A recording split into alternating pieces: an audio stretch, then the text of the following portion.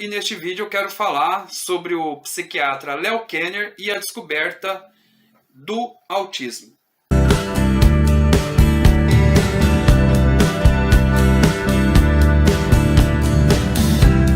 No vídeo anterior, eu demonstrei que o autismo era visto apenas como um dos 4 sintomas da esquizofrenia. Neste vídeo também eu mostrei como que o Eugen Bleuler criou o termo autismo e o que ele significa, isto é, estar voltado para si mesmo, ou voltar-se para si mesmo, ou então ensimesmado. Neste vídeo com Leo Kanner, eu quero mostrar que após Leo Kanner, após a descoberta do autismo, o autismo deixa de ser um sintoma da esquizofrenia e passa a ser visto como uma síndrome específica. Ou seja, é a descoberta do autismo. Mas antes eu preciso fazer uma observação. Embora a comunidade médica, bem como também os historiadores do autismo, considerem o Leo Kanner como o pai, né, do autismo, o pai, o descobridor do autismo, vale lembrar também que havia um outro psiquiatra que não conhecia o Leo Kanner, e assim também o Leo Kanner também não conhecia esse psiquiatra. Nenhum sabia do trabalho do outro, mas também estava rumo à descoberta do autismo. Esse psiquiatra chama-se Hans Asperger. Eu vou até colocar no vídeo a foto dos dois, do Leo Kanner e do Hans Asperger. Lembrando aqui, né, frisando aqui que nenhum conhecia o trabalho do outro. Mas por que os historiadores, a comunidade médica, né, a psiquiatria, considera que o Leo Kanner foi, né, o descobridor do autismo? Simplesmente porque Leo Kanner publicou primeiro o seu artigo. Em 1943, ele publicou o distúrbio autístico do contato afetivo. Enquanto que o Hans Asperger veio publicar o seu artigo Psicopatia Autística na Infância somente em 1944. Então, como o Leo Kanner publicou primeiro, pôde falar mais do autismo, né, teve lá a sua certa audiência, então ele ficou como o pai ou o descobridor do autismo. E como tudo isso aconteceu? Bom, isso aconteceu na década de 40, de 1940. Nessa época, a psiquiatria ainda estava se consolidando e a psiquiatria infantil estava nascendo. Tanto é que Leo Kanner também ganha o título aí do pai da psiquiatria infantil. Além disso, não havia o DSM, né, que é o Manual de Diagnóstico e Estatística de Doenças Mentais, e só havia a primeira publicação do CID, que é a Classificação Internacional de Doenças. Nessa época, 1940, né, vale lembrar também aqui, que era uma época de completa exclusão, né, principalmente com as pessoas com deficiência, e ainda mais com deficiência mental. Até mesmo a terminologia para classificar as pessoas com doenças mentais era uma terminologia que inclusive não se usa mais, né, como idiotia, imbecilidade, mongoloide, débil mental. Então, a família que tinha uma pessoa, né, um membro da família com deficiência, então essa família ela era muito discriminada, tanto a pessoa quanto a família. Então era uma época de bastante nebulosidade. Era uma época em que, né, a psiquiatria infantil estava surgindo, a psiquiatria estava se consolidando, né, tomando a sua autonomia, e ainda havia muita ignorância, vamos dizer assim, sobre as doenças mentais. Mas em 1933 que nasce uma criança que seria a primeira a ser diagnosticada com autismo. O nome dessa criança é Donald Triplett. Logo, essa criança foi crescendo, aos 2 anos, 3 anos, os pais, Mary e Oliver Triplett, perceberam que ele não era uma criança como as outras crianças ditas normais. Era uma criança que parecia estar sempre alheia à sua volta, sempre, né, voltada para si mesmo, era pouco afetuosa, não demonstrava alegria por ver a mãe ou por ver o pai, e além disso tinha algumas peculiaridades interessantes, fascinantes, como por exemplo aos 2 anos, aos 3 anos de idade, essa criança, o Donald, ele já sabia de cor o alfabeto do início ao fim ou de trás para frente, ele recitava o alfabeto, né, nessas ordens. E além disso, ele sabia o Salmo também, o Salmo 23 de cor, e as 25 perguntas e respostas do catecismo presbiteriano. Então, de fato, era uma criança peculiar, mas ao mesmo tempo muito voltada para si, muito fechada, não demonstrava sentimentos, era uma criança que preferia os objetos em vez das pessoas, né? Uma fascinação pelos objetos, também uma fascinação pela mesmice, nada podia sair da rotina, tudo tinha que ficar no lugar. Quando a mãe movia algo e aquilo ali já irritava o Donald. Então era uma criança diferente, né? E isso começou a causar uma angústia, uma certa angústia na mãe, principalmente, Mary, né? E no pai, o Oliver Triplett. Como eles tinham dinheiro, então eles puderam sair em busca de uma ajuda para o seu filho. Elas precisavam saber se seu filho tinha algum problema, se tinha alguma doença, qual doença era, qual seria o tratamento, né? E como eles tinham dinheiro, eles puderam sair em busca dessa ajuda, né? dessa ajuda médica para o filho. Então, o Donald, ele foi internado, ele passou por várias clínicas, né? Na primeira, ele ficou internado numa clínica chamada Provetório. Ele ficou internado, era para ficar internado 3 meses, né? Uma clínica muito boa, onde as crianças entravam, ficavam 3 meses aí, saíam bem melhores, né? Então, ele ficou ali, acabou ficando 1 ano. Depois ele foi para outras clínicas, né? Mas nenhum médico conseguia dar um diagnóstico para o Donald. E quando diagnosticavam algo, não tinha, assim, não era uma certeza, né? Não tinha nada a ver. Diagnosticaram errado. Até que, finalmente, Mary e Oliver, né, ouvem falar de Leo Kanner, né? O Leo Kanner, de certo modo, era um psiquiatra, né? Sendo, vamos dizer assim, o percussor da psiquiatria infantil. Tinha até um livro publicado, né, sobre psiquiatria infantil, que servia inclusive de manual para muitos médicos, né? Afinal de contas não tinha muitos psiquiatras, né? Então, sendo um médico proeminente, bem-sucedido, famoso, chegou ao conhecimento dessa família, né, dos pais de Donald. E assim, Mary e Oliver começaram a se corresponder com Leo Kanner, né, falando do filho. E até que um dia conseguiram uma entrevista. Então eles pegaram o trem, viajaram 7 estados, né, eles moravam numa cidadezinha de Mississippi, Forest, e foram até a cidade onde Leo Kanner clinicava.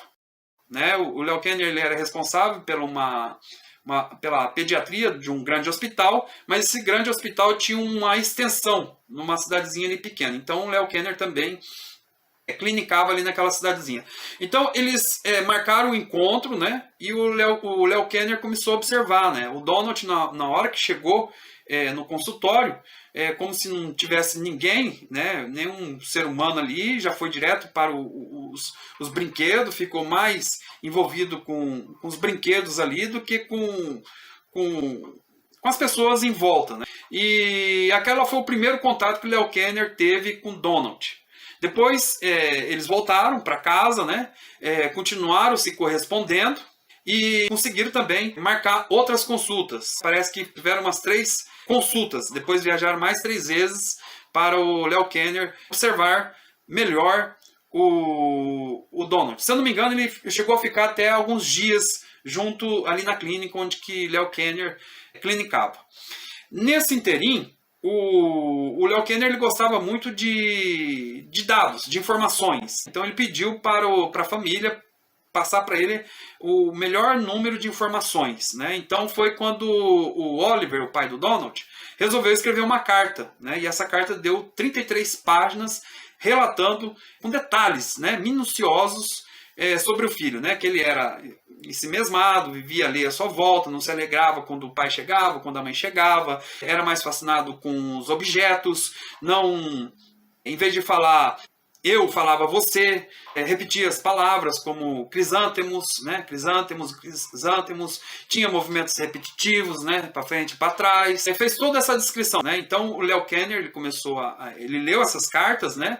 E a partir de então ele começou a observar melhor as crianças no hospital, né, onde ele trabalhava, né?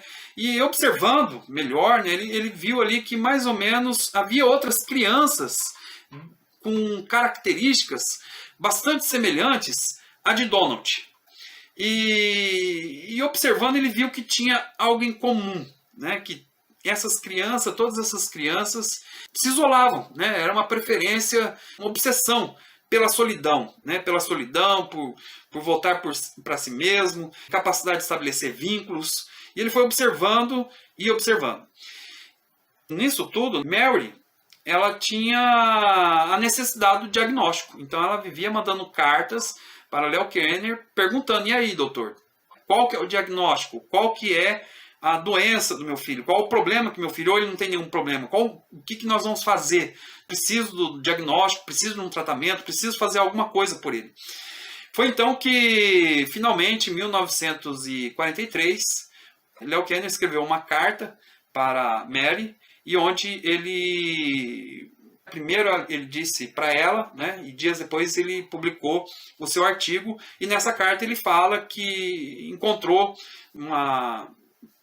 que o Donald muito provavelmente teria uma síndrome que até então não estava na literatura médica, né, e que ele achou melhor dar o nome de autismo, um autismo infantil precoce, ou simplesmente um distúrbio autístico do contato afetivo, né? Então o Donald foi a primeira criança com autismo a ter esse diagnóstico. Dias depois, né, como eu acabei de dizer, o Léo Kenner publicou o seu artigo, né, em 1943, o distúrbio autístico do contato afetivo.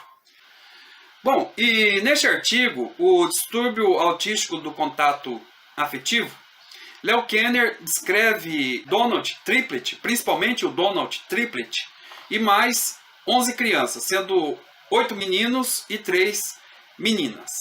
Ele relata que uma delas chegou com um diagnóstico de surdez, a outra de 2 de debilidade mental e uma até com o diagnóstico de esquizofrenia.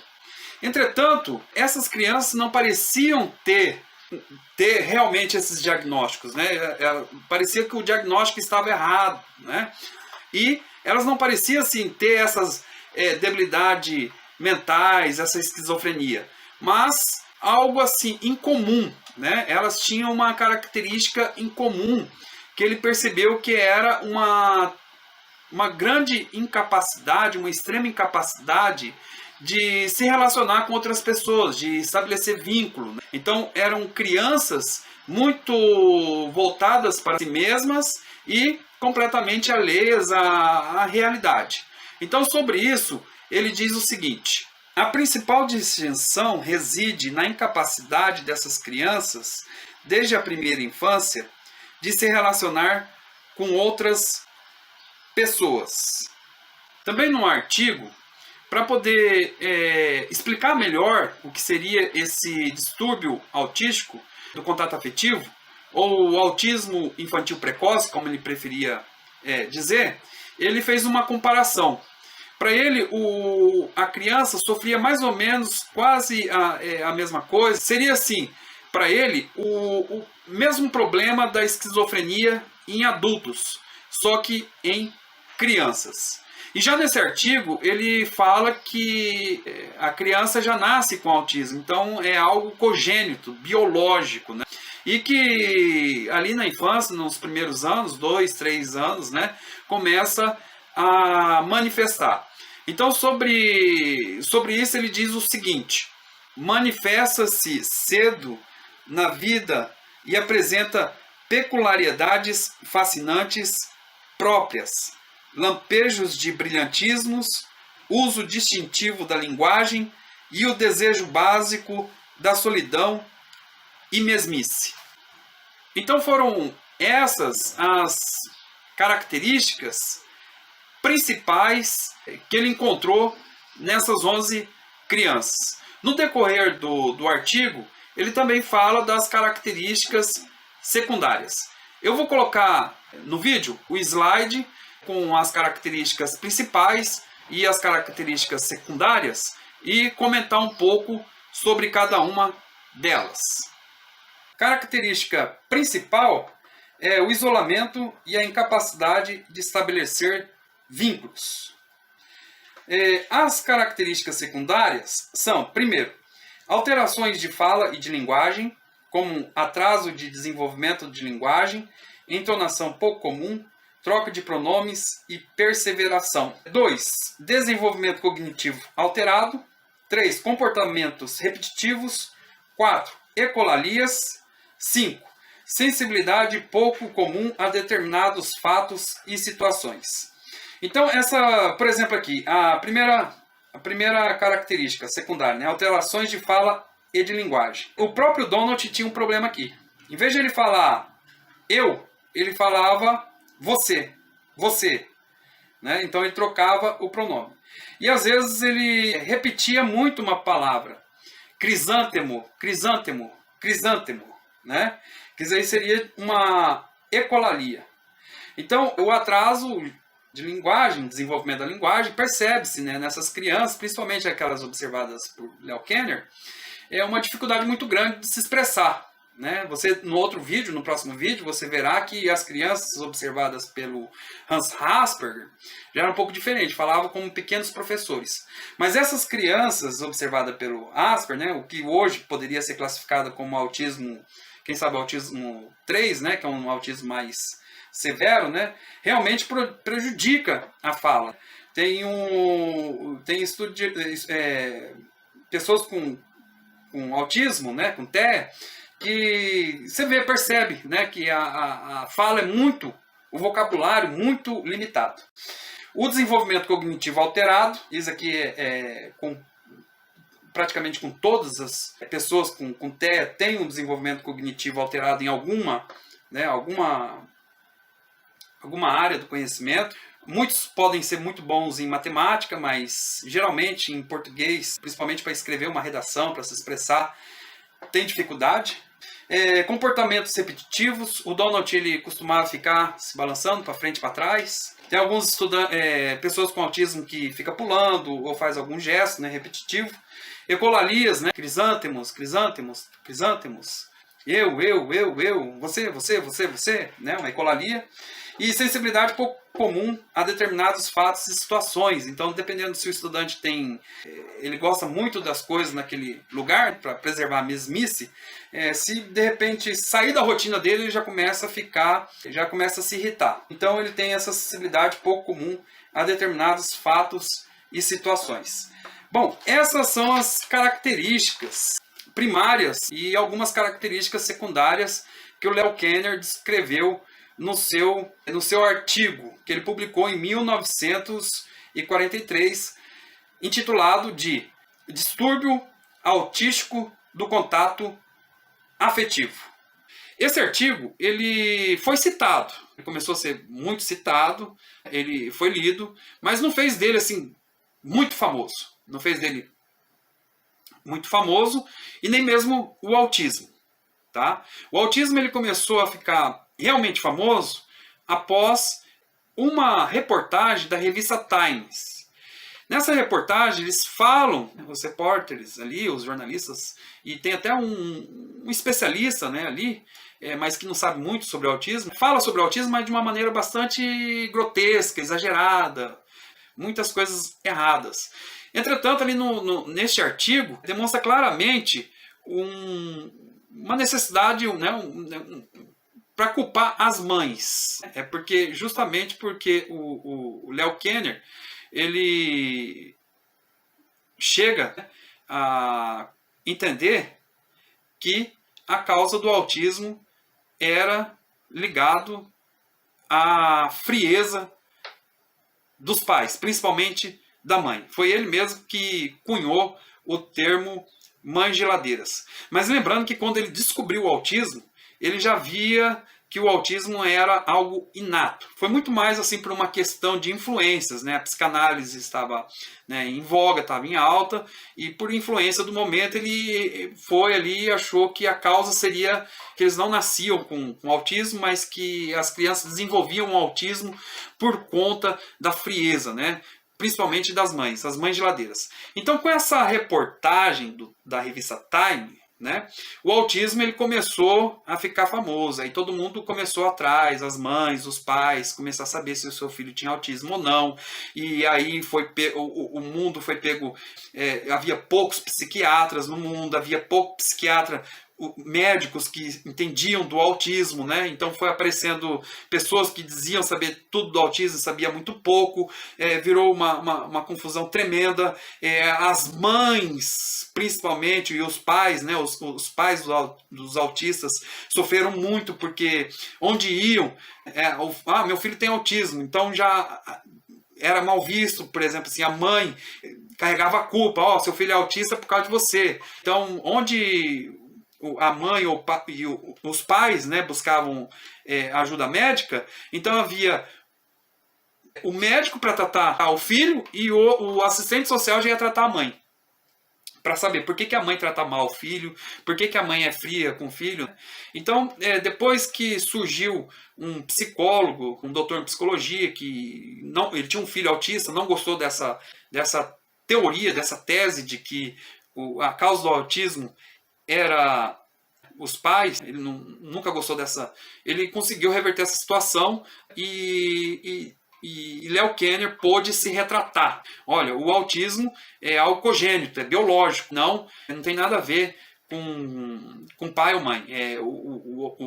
A criança, a pessoa com autismo, com esse distúrbio que ele gostava de chamar de distúrbio autístico, o autismo infantil precoce, né, que ele acreditava que era mais só nas crianças que dava, né, que a criança não sabia que era para a vida toda. Ele chegou, né, reconheceu que o autismo é inato. A pessoa nasce com autismo e lá pelos 2 anos, 3 anos, as pessoas começam a identificar que aquela pessoa, aquela criança tem autismo.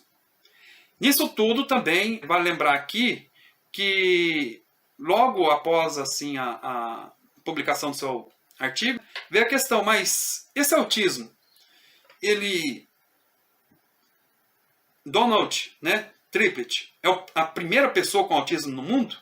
Ou sempre existiu o autismo, só que ninguém tinha essa lente, né, esse diagnóstico? Então, desde o começo, o Léo Kenner falava, não, sempre existiu, só que não tínhamos essa lente, né? Não diagnosticávamos como autistas, né? Então, ou era o esquizofrênico, ou era o, né, segundo a terminologia médica da época, ou era um imbecil, o idiota, né? E assim por diante. Mas sempre existiu o autismo, o que nunca existiu foi o diagnóstico, tá bom? Então, o Léo Kenner, né? Então, ele conseguiu dizer que não era culpa das mães, mas como algo inato, que a pessoa nasce com autismo. Entretanto, ele estimulava uma pesquisa voltada também não apenas para o biológico, mas o contexto em geral. Vale lembrar aqui também que durante um tempo, até ele conseguir o diagnóstico, até ele conseguir se decidir pelo, né, vamos dizer assim, pelo autismo, ele titubeou algumas vezes. Ele ainda acreditava, às vezes, que poderia estar totalmente enganado, que o autismo não existia, que era apenas mesmo um sintoma da esquizofrenia. Inclusive, uma médica que leu o seu artigo, observou as crianças analisadas por ele, né, falou assim, não, essas crianças não têm autismo, elas são esquizofrênicas. Né? Então ele teve uma época de dúvidas. Mas no final, ele conseguiu estabelecer o autismo, né, enquanto uma síndrome específica. Então esse foi o grande mérito deste grande psiquiatra, também um grande homem.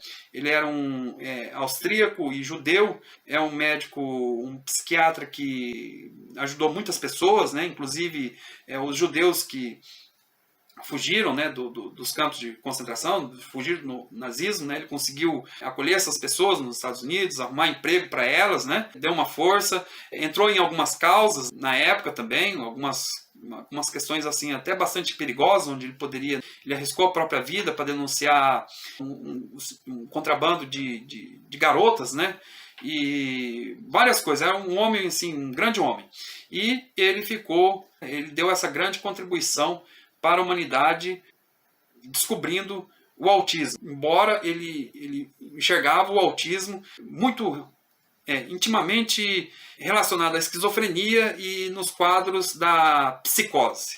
Tá bom?